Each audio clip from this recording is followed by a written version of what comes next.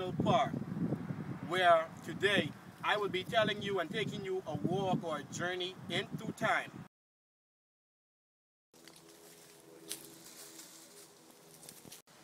We are at the Heritage International Park. Here lies the ruins of the slave master's house. If you look around you, it is what's left of it. It is the remains that still resides here in the National Park. My name is Dundas Ian Munnings, and I'm about to take you a walk into history. This walk that I'm about to take you on is a journey back into times. Here are the walls that once held the children of the master. These were children of slaves who had children for our slave masters back in the day. These were made with blood, sweat, and tears of one's people. Here is the ramp that my fellow slaves used to come up on, but the boats used to come up on the ramps, and when they reached so far, the boats would stop. And when they stopped, they would have to offload all the cargoes and take them on a long journey all the way to the master's house, so the master could do whatever he feels like doing with them or disperse them amongst the slaves. But this is the actual port that these ships used to come through when they come here to the Bahamas, to the master's plantation. This plantation right here in the National Heritage Park had so many slaves here, hundreds of slaves, used for farming and fishing and for all sorts of different purposes, planting cottons, you know.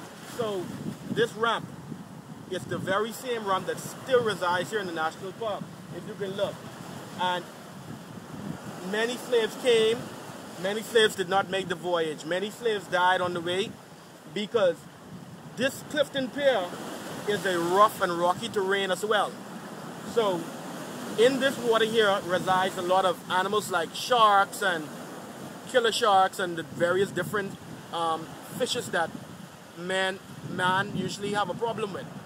So a lot of slaves died along the voyage, or if they died coming, they were kicked overboard and the fishes used to eat them. So this actual tunnel right here owes the blood, sweat, and tears also for our slaves. Here we are at Heritage National Park. Here resides our first persons to ever live in the Bahamas. They were the Lucayans, other known as the Arawaks. Here in our gift shop, it is a direct picture of how our Arawaks in the Bahamas used to look and the things that they used to do within the artwork. It still resides here in the Bahamas, even in today, with our own festival, the Junkanoo. And here they used to look. Keep going. And here are some of the men that came to the Bahamas. These were Christopher Columbus coming into the Bahamas, and the Loyalists, and some of the different people.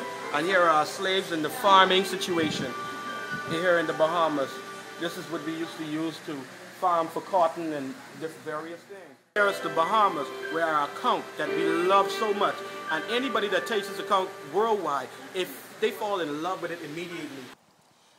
Our neighboring brothers and sisters, like in Haiti, they were the slaves that could not be broken because of their hard-wind spirits and because of their belief.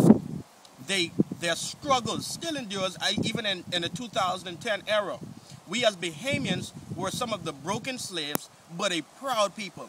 We are a people of love. We are a people of kindness. We are a people that is well-trained and educated. So we learned how to adapt through the master, but our wisdom and our knowledge through the findings of a wonderful and a most high God, it brought us to the reality to know that who we are as a people.